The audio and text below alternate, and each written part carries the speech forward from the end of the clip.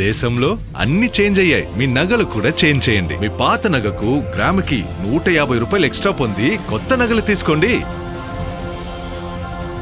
అదే తక్కువ తరుగుకు మీ లలితలో మాత్రమే.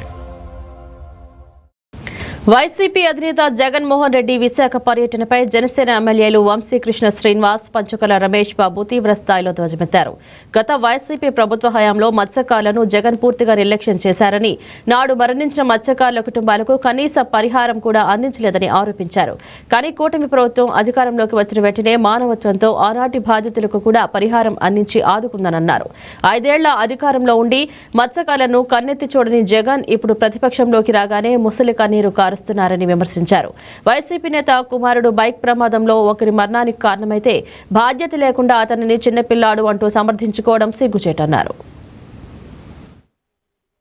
విశాఖపట్నం పర్యటనకు రావడం జరిగింది.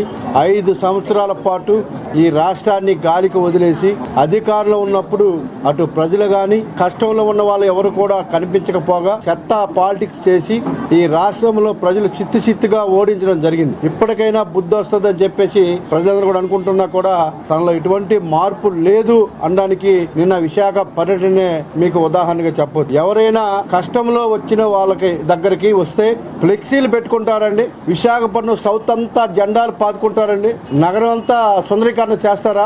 అంటే నువ్వు బల నిరూపణకు వచ్చావా, లేకపోతే ఆపదలో ఉన్న వాళ్ళని పరామర్శించడానికి వచ్చావా? నిన్ను చూసి ఒక మాజీ ముఖ్యమంత్రి ఈయన, లేకపోతే ఇంకేదైనా అని చెప్పేసి నవ్వుకునే పరిస్థితులు ఉన్నాయి. ఆ అలంకరణ చూస్తే మీ బల నిరూపణకు వచ్చాడు ఈయన.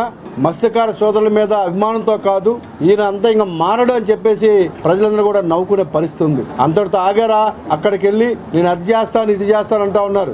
మేము ప్రమాదం జరిగినటువంటి 48 గంటల్లో అక్కడ ఉన్నటువంటి ఏదైతే గల్లంతయ్యారో వాళ్ళ కుటుంబాలకి 10 లక్షలు చెక్కిస్తే 5 సంవత్సరాల్లో మీరేమిచ్చారు? 5 లక్షలు ప్రకటించారు. ఏ ఒక్కరికైనా ఇచ్చారా? ప్రకటన తప్ప. మీ టైంలో ఉన్నటువంటి సుమారు 12 చెక్కుల్ని కూటమి ప్రభుత్వం వచ్చిన తర్వాత ఇవ్వడం జరిగింది. మీ ప్రభుత్వంలో ఎవరికైనా ప్రమాదం జరిగితే ఒక్కరికన్నా ఇచ్చారా? మరి నువ్వు అధికారంలో ఉన్నప్పుడు కనిపించరు ఎవరు. అధికారం పోయిన తర్వాత దొంగ ముద్దులు పెట్టడానికి లేకపోతే సానుభూతి పొందడానికి విశ్వ ప్రయత్నం చేస్తా ఉన్నాం. ఇది అన్ని కూడా ప్రజలు గ్రహిస్తా ఉన్నారు. హార్బర్ లో ఎన్నో ఇష్యూస్ జరిగాయి, ఒక్క రోజు కూడా కనిపించలేదు. ఈ రోజు బల నిరూపణకి రావడం జరిగింది. ఎందుకంటే ప్రజలు మర్చిపోతా ఉన్నారు. 151 నుంచి 11కి వచ్చాం, 11 నుంచి మళ్ళీ 1కి వస్తామని చెప్పేసి భయంతో ఇవాళ ఇలాంటి దొంగ వేషాలు వేస్తూ ఈ ప్రాంతానికి వచ్చి అలంకరణలు చేసుకుంటూ సానుభూతి పొందడానికి ప్రయత్నం చేస్తున్నారంటే చాలా హాస్యాస్పదంగా ఉంది. ఇంకొక మాట మాట్లాడుతూ ఉన్నారు, శ్రీధర్ అప్పలరాజు కొడుకు చిన్న పిల్లవాడు ఏదో యాక్సిడెంట్ అయిందని. సరే, యాక్సిడెంట్లు అవుతాయి.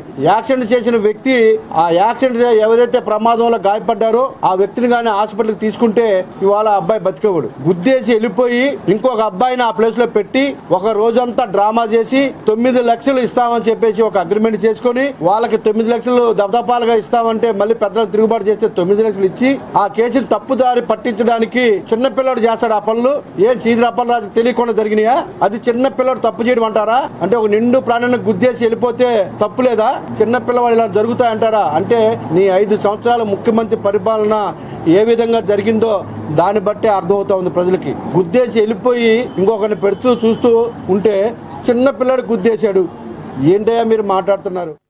బంగారం బ్యాంకులో ఉంటే అది మీ అప్పు, అదే శివ గోల్డ్ కంపెనీకి తీసుకొస్తే అది మీ పెట్టుబడి. తాకట్లో ఉన్న మీ బంగారాన్ని మేము విడిపించి ఈ రోజు మార్కెట్ ధర కొని స్పాట్ లో మీ నగదు మీకు అందిస్తాం. ప్రతి నెల వడ్డీలు కట్టడం లాభమా లేదా ఇలా చేయడం లాభమా మీరే ఆలోచించుకోండి.